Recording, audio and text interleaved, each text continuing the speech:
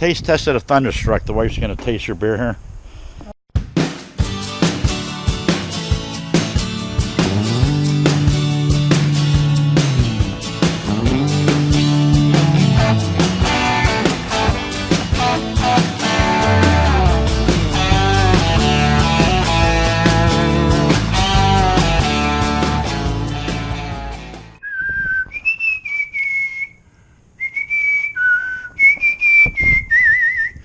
Batch number 55 today. It's going to be called a Cherry Delight. I've made it a couple times before.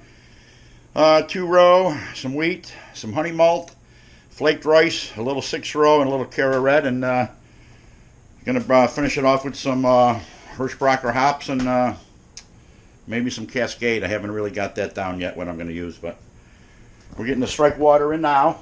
We set it 165. Of course, my mash tun is cold, so we'll adjust the temperature. I want to come in at about 155 on this brew. So I'm going to dough in here in a few seconds. So I keep saying so.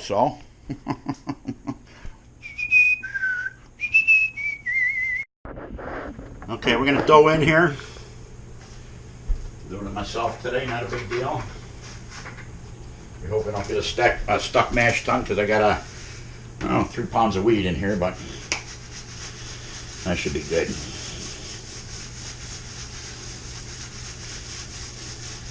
Watching for dough balls as I dump in. Don't have no stir. My helper's not here today. She's busy doing something else at her office.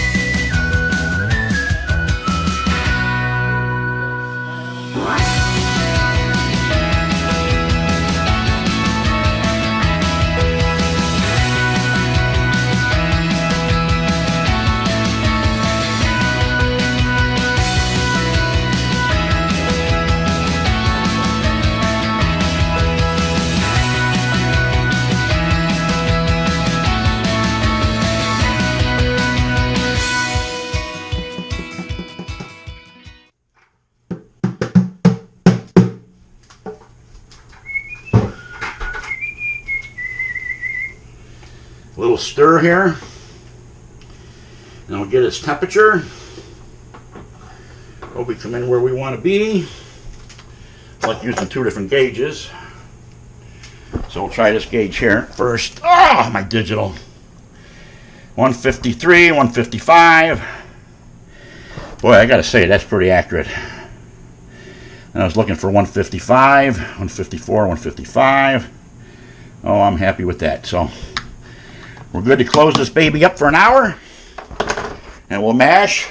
Let this mash for an hour or so until saccharification, and then we will we'll be boiling. That's all I can say about that. All right, we start the boil off here on the Cherry Delight.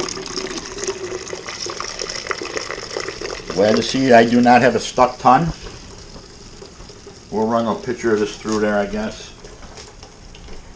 Find my other spoon. So yeah, we'll get the boil off done. Cherry Delight, batch number 55.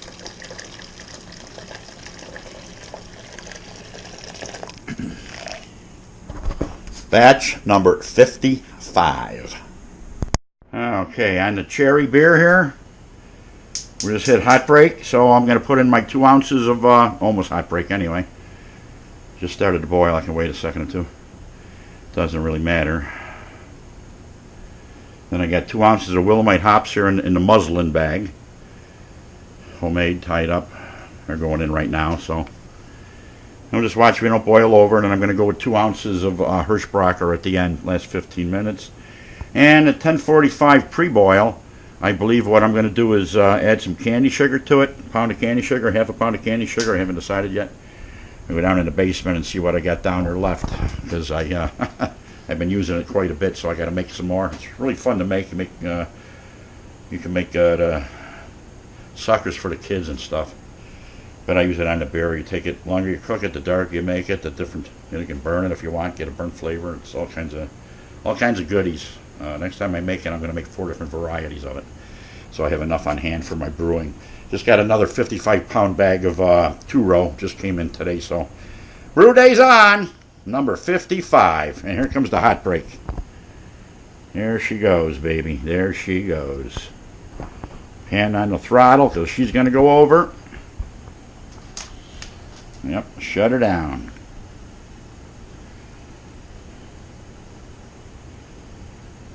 She's a boiling. She's trying to go over again.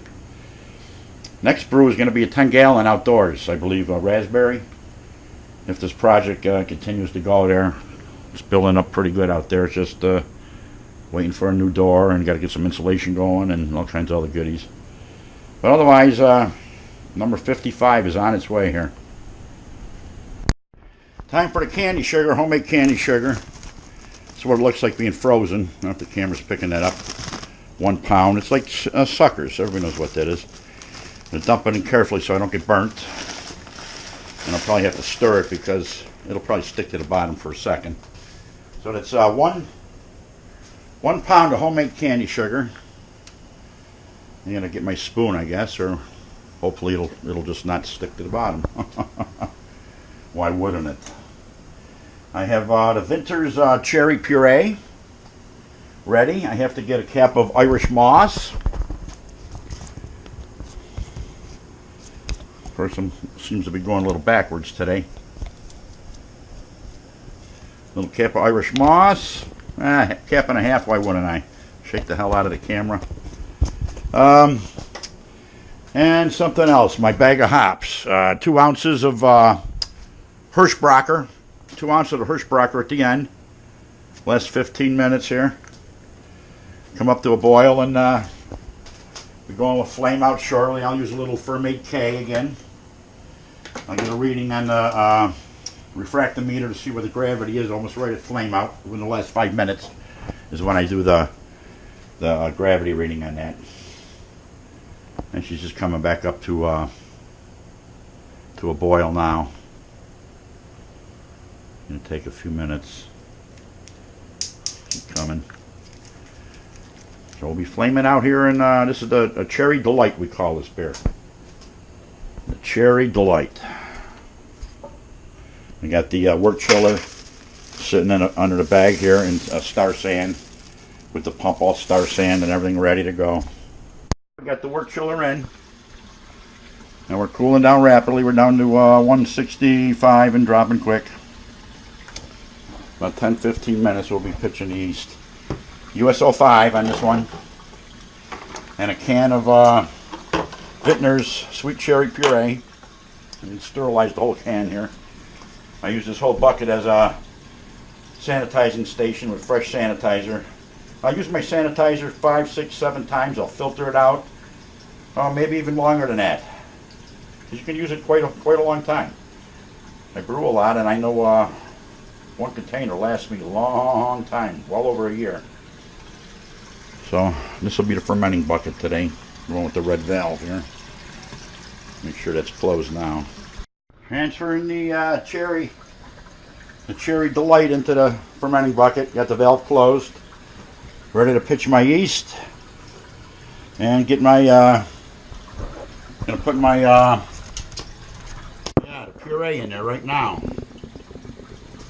We'll take the alligator, which is an opener, get it onto the can of puree, shake it up one more time.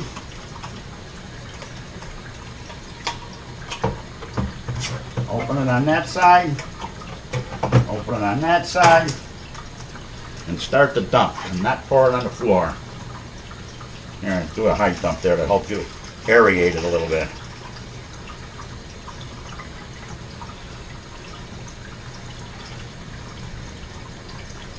That's a sweet cherry by Vineyards. Alright, we're done with that. Set a cover on here temporarily out of the way. Right out of the sanitizer. Fresh as can be. Leave the wood chiller on to cool it down a little bit more. And I'll pitch the Fermentation K and the USO 5 yeast.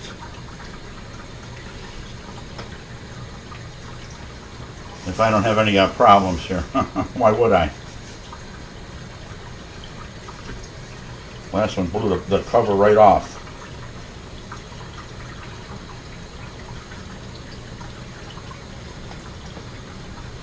I'm going to put an instant blow-off tube on this.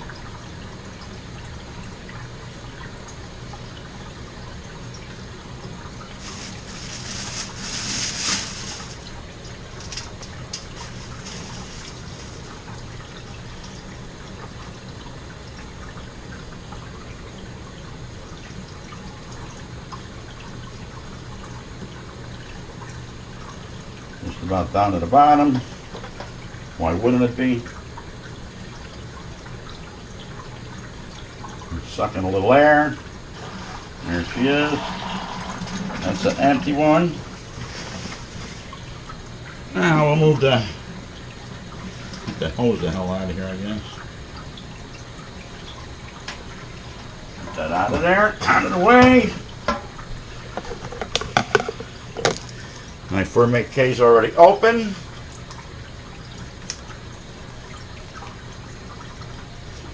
Sprinkle a little, oh boy, yeah, blow off tube on this one. We're a little fuller than I would have wanted to be on this.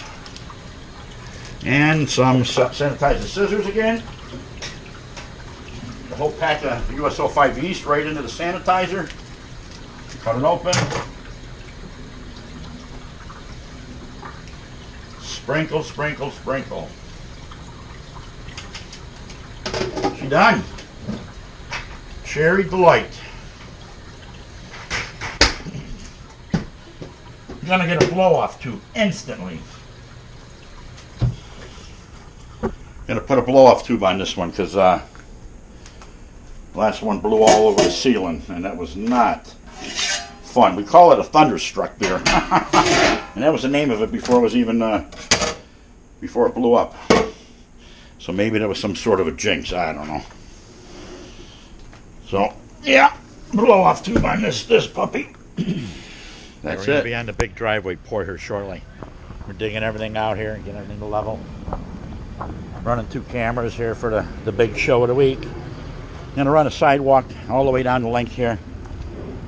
Why wouldn't I? Put a sidewalk down along here and store my firewood or put my garbage cans in here, whatever I decided to do. So yeah, we're going to get this done right for a change. And a little tour back here. Throw some dirt back here the other day.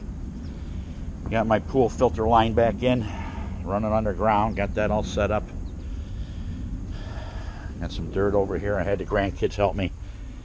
Mess of grandkids over yesterday. Of course, they'll be over again for the wife's birthday tomorrow. What a mess we got. But it takes a lot to get it done nowadays. A little update on the hops. There's some dead leaves up there, but we're getting the hops are starting to come in. They're starting to grow. The other hop plant is over here, buried in the grapes, which we do have some grapes coming in. That will be making wine on these, but we do have some. So we'll be using those down the road. Can't say that they're going to be that good. And last but not least, this one's probably the best coming.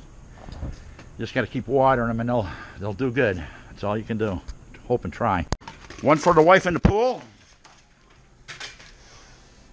One for everyone else. And here we go. We tapped a new keg. Gonna get a little air on the first pour. There's the air. And there's the beer. Why wouldn't I? Why wouldn't I? Look at that. Tell me I'm wrong. This is the Thunderstruck, folks. 100% fully carbonated. Looks like a beautiful beer. This is the wife's recipe. It exploded like crazy.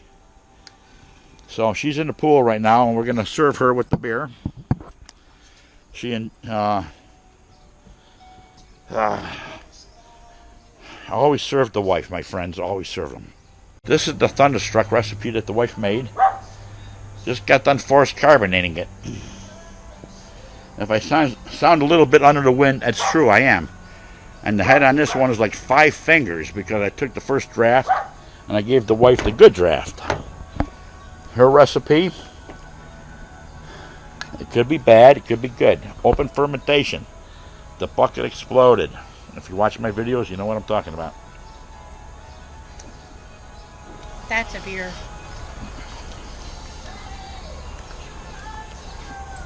Wow. Not bad. Not bad at all. But, Proust. Tastes like beer. Proust.